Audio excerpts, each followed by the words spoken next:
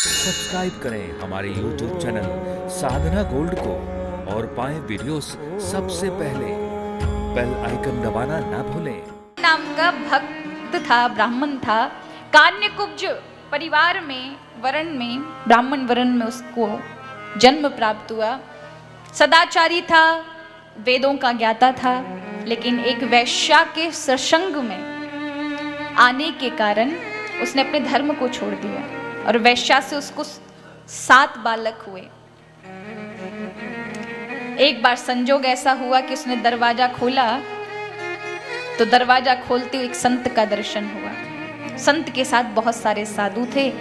अजामिल को न जाने ऐसा क्या भाव चेता कि उस संत के उस स्वरूप को देख कर के वो कुछ कह ना सका, जो कि बहुत बड़ा डाकू बन चुका था। वैश्या के सत्संग से रह रहकर उसने माता पिता पत्नी आदि सबको छोड़ दिया था।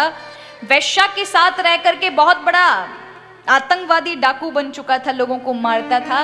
लेकिन आज दरवाजे पर साधुओं ने दरवाजा खटखटाया और इसने खोला, और जो ही भगवा वस्त्र पहने हुए महात्माओं को देखा, उनके तेज को देखा, इसको एकाएक अपने पूर्व भूत काल की बातें याद आ गई कि बचपन में मैं भी ब्रह्मचारी, सत्यनिष्ठ और वेदों का ज्ञाता था, लेकिन वैश्या के सत्संग से आज मेरी कैसी गति हुई है। तो साधु ने पूछा, ये वैष्णव का घर है? तो झूठ बोल दिया, हाँ है।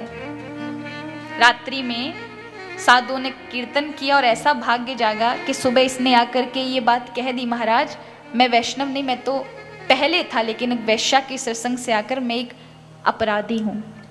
तो संत ने कहा, ठीक है, चिंता ना करो, हमने तुम्हारे यहाँ का भोजन कर लिया है।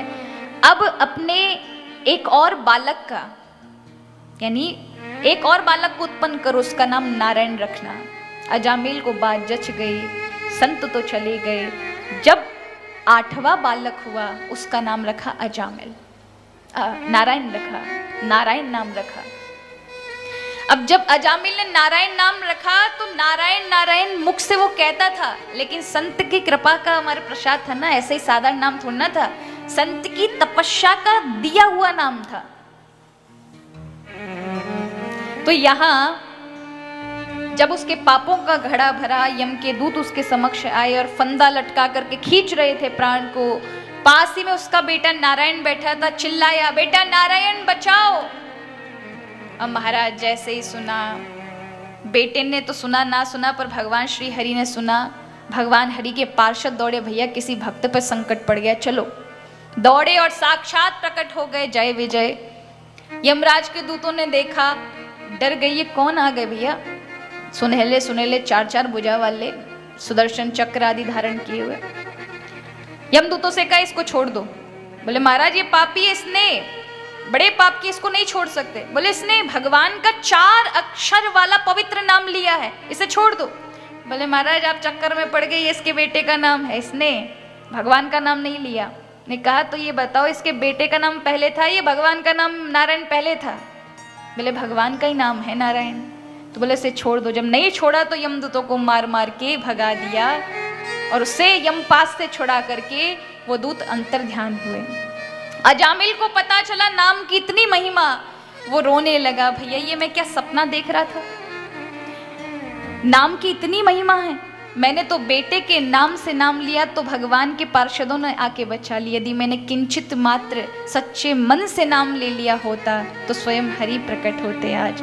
छोड़ दिया महाराज उसने घर और सीधे हरिद्वार चला गया। आज भी अजामिल का टीला है हरिद्वार में, वहां जाकर के नारायण नारायण नाम लिया और वह प्रभु को प्राप्त हो गया।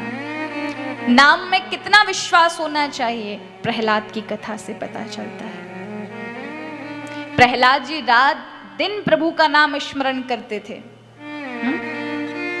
प्रभु के प्रति, नाम के प्रति इतनी निष्ठा थी कि स्वयं श्री हरि ने घोर परीक्षा, भक्तराज प्रहलाद की कितनी परीक्षा हुई थी, शायद ही कलयुग में कोई इतनी परीक्षा दे पाए कि हाथी के पैरों के तले कुचलवाना चाहा पिता ने, अग्नि में जलाना चाहा, समुद्र से बहा दिया, पर्वतों से फेंक दिया, जहर खिलाया गया, कारागार में डाला गया, गरम कढ़ाई में तेल डाल करके खौलाकर फिर जलाया गया। पर वो हर बार नाम की निष्ठा लेकर के बैठ जाते थे कि जब तक प्रभु का नाम है तब तक मुझे कुछ नहीं हो सकता। और हर बार हरि ही स्वयं आकर उस नाम की लाज बचाते थे ना। नाम में क्या है? कलयुग में कलेर दोष निधे राजन अस्ति एको महान गुणा कीर्तना देव कृष्णस्य मुक्ति संग परम ब्रजेत। कलयुग में केवल नाम की ही महिमा है। भगवान ने अपनी सारी शक्तियां और स्वयं नाम में आकर बैठ गए, इसलिए कलयुग केवल नाम आधारा, सुमिर सुमिर नर उतरहि पारा। नाम की ही महिमा है इस कलयुग में।